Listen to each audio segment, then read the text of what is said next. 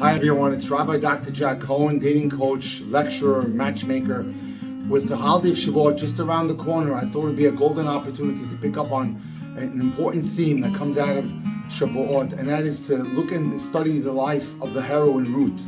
What can we learn from her? Let's pick up the story where she comes to the field of Boaz to glean from the fields. Let me give you a little background. A Jewish farmer has an obligation of 3 mitzvot. It's called leket, shicha, and pe'ah. A Jewish farmer must leave when he harvests a corner of the field for the poor to come and eat. After all, there are givers and there are receivers in Jewish society. And we are very big believers of charity. So the corner of the fields, when it's being harvested, must be reserved for the poor to come and glean. As well, there's a law that whatever's forgotten by the farmer's helpers needs to stay there, and it is now free for the poor to pick up. And another law is leket, which is if one of the farmhands drops some of the harvest, food on the floor, the poor can retrieve that and take it. So here we have a story where Ruth is now going around collecting food. She's starving, and listen to what happens. The other women in the field, the Medrash tells us, would bend over at the waist when gathering food from the fields to harvest the grain. Their dresses indecently riding up their legs. But Ruth would kneel only at the knee. She let everyone else have their fill before collecting what she is. She wasn't the kind of person that had avarice or greed. She was modest. And she didn't laugh with the male farmhands as the other women did. So she didn't cavort with the guys, so to speak.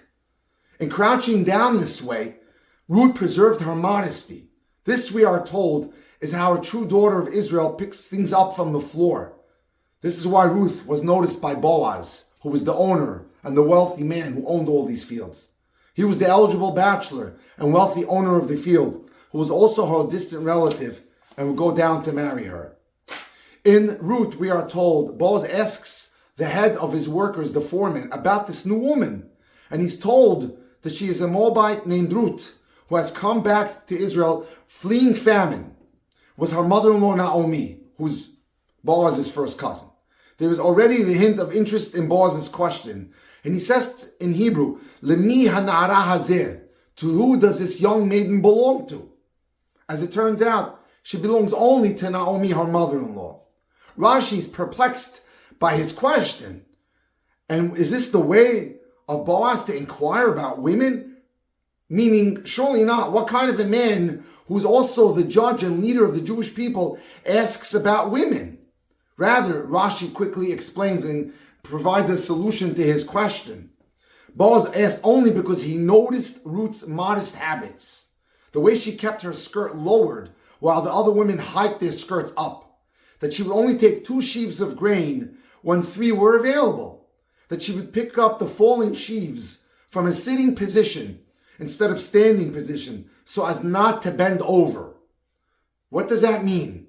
The modest woman does not take too much. She bears the discomfort of a clinging skirt. She's always mindful of who's watching her. Very important concept in Jewish modesty.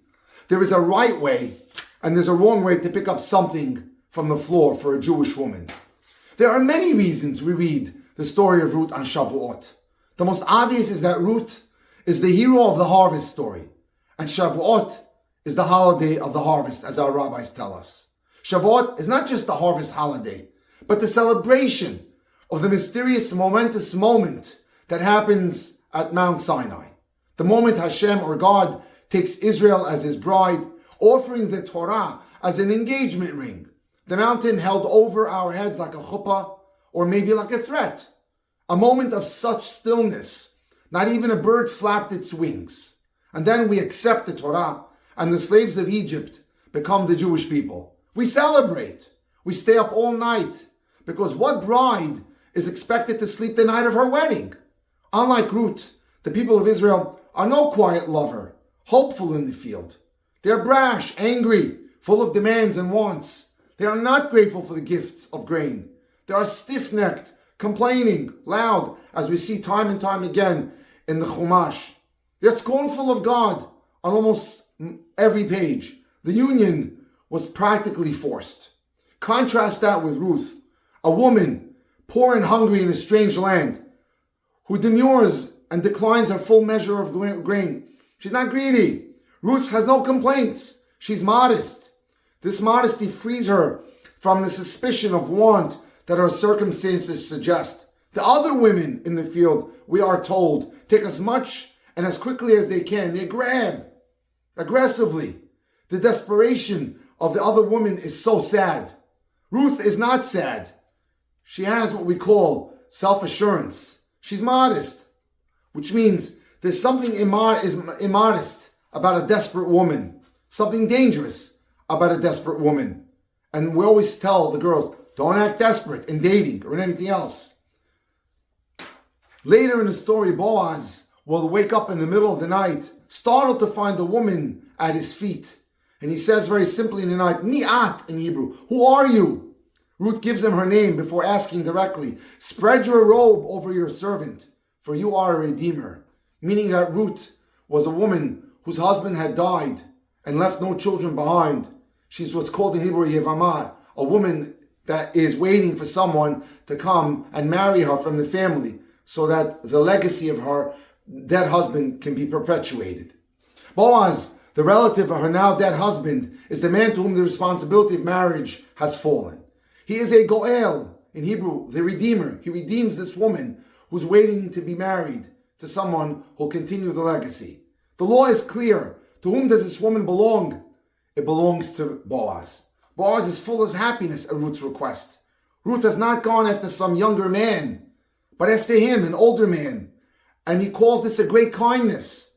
She is a Moabite